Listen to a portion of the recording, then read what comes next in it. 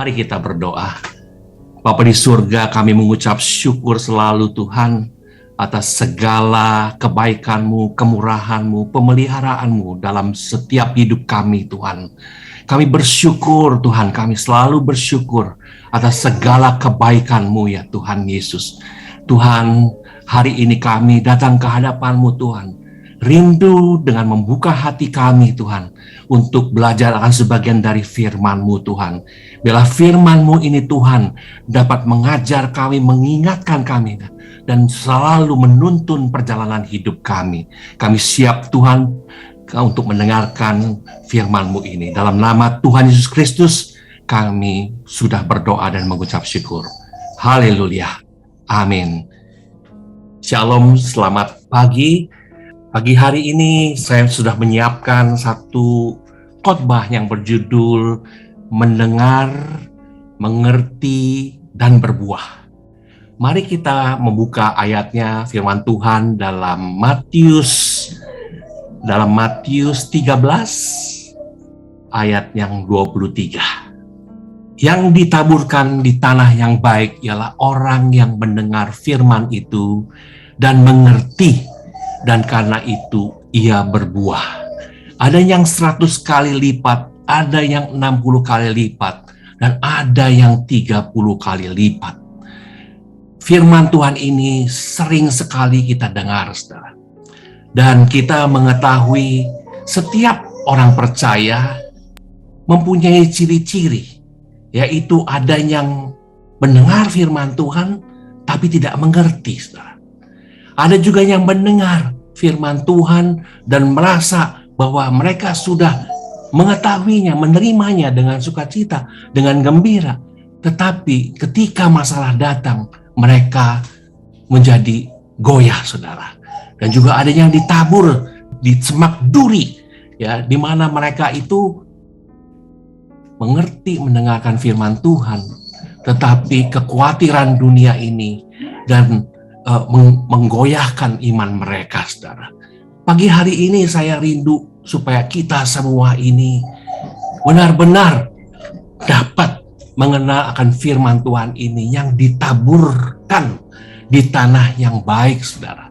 Orang yang mendengar firman itu dan mengerti, karena itu ia berbuah.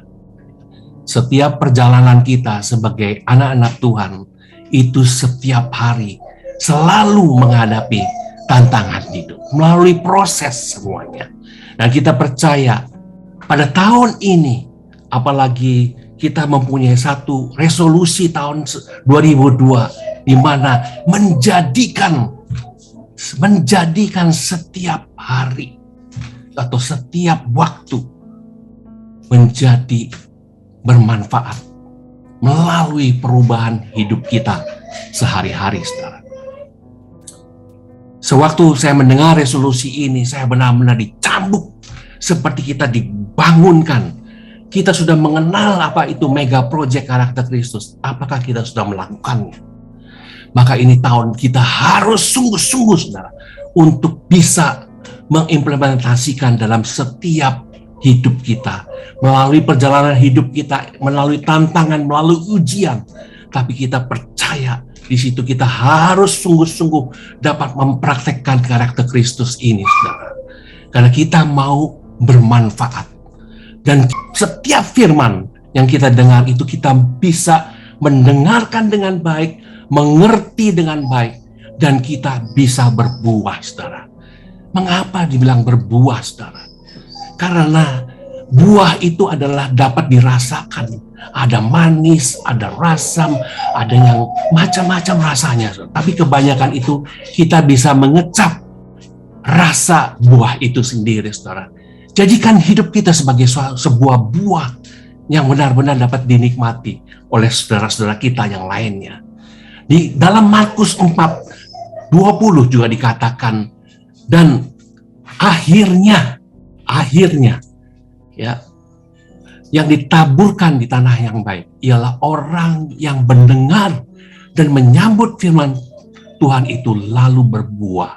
Ya. Orang yang mendengar, menyambut firman Tuhan itu lalu berbuah, saudara. Betapa luar biasanya kita mendengar firman Tuhan. Kita menyambutnya dengan merasakan sungguh-sungguh firman ini adalah buat merubah setiap karakter kami yang jelek ini. Dan saya mau bawakan satu kesaksian saudara.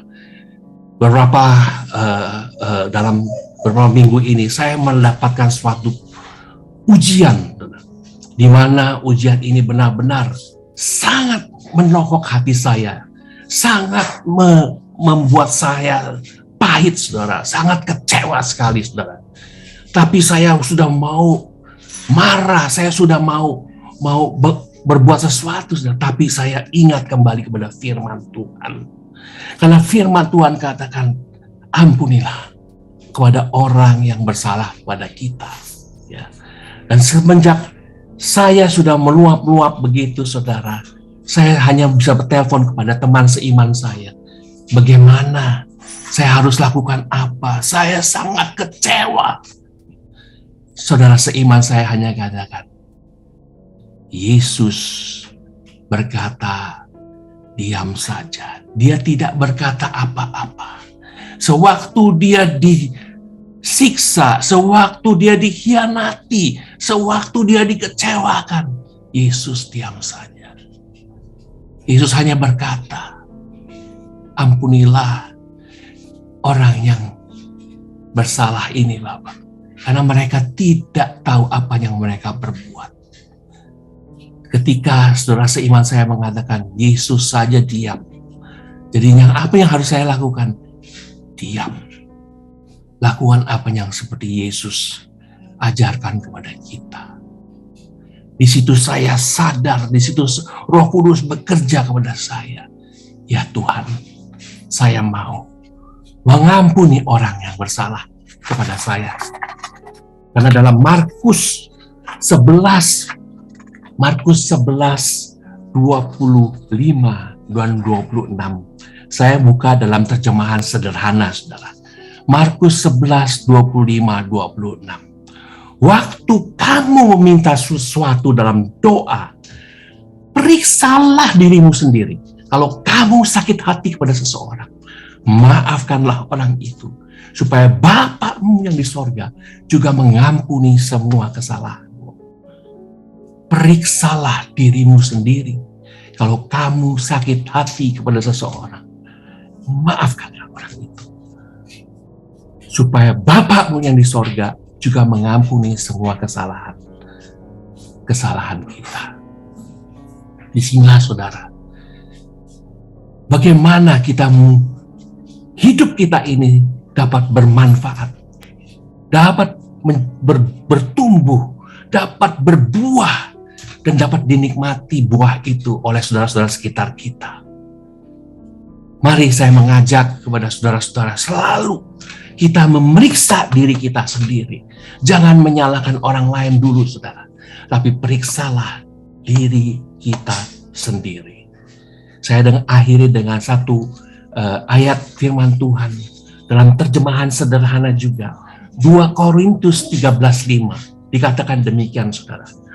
Ujilah diri kalian masing-masing dengan teliti. Saya ulangin lagi. Ujilah diri kalian masing-masing dengan teliti. Dan periksalah dirimu sendiri. Apakah kamu sungguh-sungguh percaya kepada Kristus atau tidak? Periksalah diri kita sendiri. Apakah kita ini sungguh-sungguh percaya kepada Kristus? Mengapa kita harus khawatir? Mengapa kita harus bimbang? Mengapa kita harus ragu? Kita mempunyai Yesus Kristus yang ada bersama kita, saudara. Kita harus ingat ini selalu, Tuhan. Kita selalu memeriksa diri kita bahwa kita yakin dan percaya Yesus selalu bersama dengan kita. Dipertanyakan lagi, apakah kamu yakin bahwa Yesus Kristus hidup bersatu dengan kamu? Jangan sampai kamu jatuh dalam ujian ini. Mari saudara-saudaraku yang dikasihi Tuhan, periksalah diri kita. Lakukanlah perubahan diri setiap hari, agar setiap perubahan itu dapat dinikmati dapat dilihat oleh orang-orang di sekitar kita. Haleluya.